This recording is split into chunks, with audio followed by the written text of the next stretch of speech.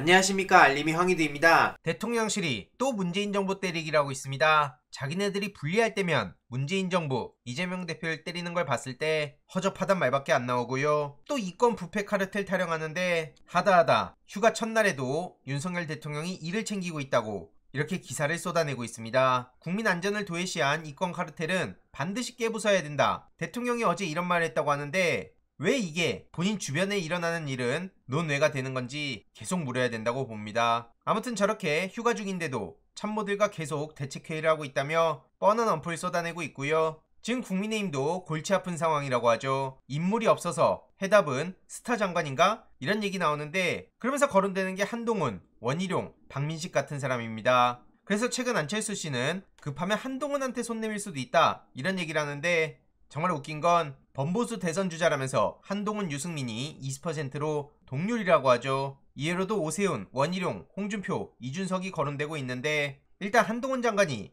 1위를 한다는 것 자체가 매우 웃긴 상황입니다. 최근 박주민 의원은 한동훈 장관의 말장난에 즉각 반박에 나섰는데요. 민주당이 연자 농성을 사법방해라고 표현한 한동훈 장관에게 그럼 국민의힘은 뭐냐? 그들이 야당 시절 제일 잘했던 것이 법원과 검찰에 항의 방문하고 아예 들어눕는 거 아니었습니까? 이해로도 장예찬 청년최고위원은 휘발 한동훈 관련해서 또 김어준 총수를 고발했다는 소식을 전했는데요. 저들이 하는 거 너무 뻔하지 않습니까? 아무튼 그러면서 김어준 총수를 고발했다는 얘기를 또 하고 있는데 이러니 많은 시민들도 국민의힘 청년세대가 암담하다, 어떻게든 눈에 들어보겠다고 하는지 보면 정말 가관이다, 꼴불견이다, 기회주의자다. 특히 시민단체에서 똑같이 휘발 영수증 제출했으면 어떤 일이 벌어졌겠냐는 비판도 틀린 말 하나 없다 보고요. 그리고 무엇보다 국힘이나 대통령실에서 아무리 난리친다 해도 김어준 총수가 호락호락하게 입을 다물 스타일도 아닙니다. 이해로도 이동관 후보에 대해서도 하나둘씩 문제가 계속 터지고 있는데요. 본격 청문회에 들어가면 어떤 일들이 전해질지 계속 지켜봐야 된다고 봅니다. 그리고 국민의힘 내부 싸움도 계속 커지고 있는데요. 유승민, 이준석 씨가 윤석열 정부를 탄생시킨 사람들이니 성공시킬 책임도 있다. 이용호 의원은 이런 얘기를 하고 있습니다. 이런 와중에 충북시민단체에선 민주당을 욕하고 있는데요. 제목을 저렇게 시민단체라고 해서 뭔가 하고 보니 아니나 다를까 저렇게 자유자 들어가는 자칭 보수 성향의 시민단체들이라고 합니다.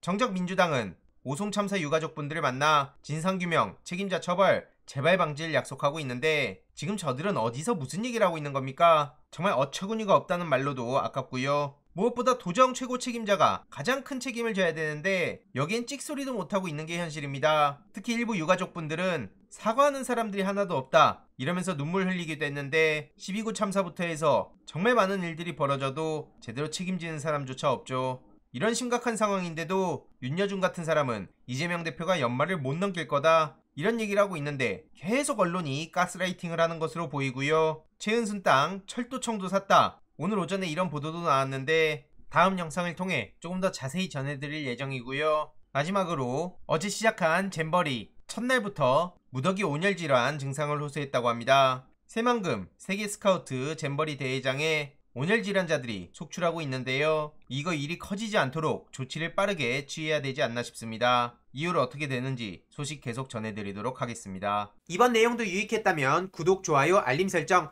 멤버십 가입 정말 큰 힘이 된다는 점 말씀드리고 싶습니다. 주위에 널리 공유 부탁드립니다.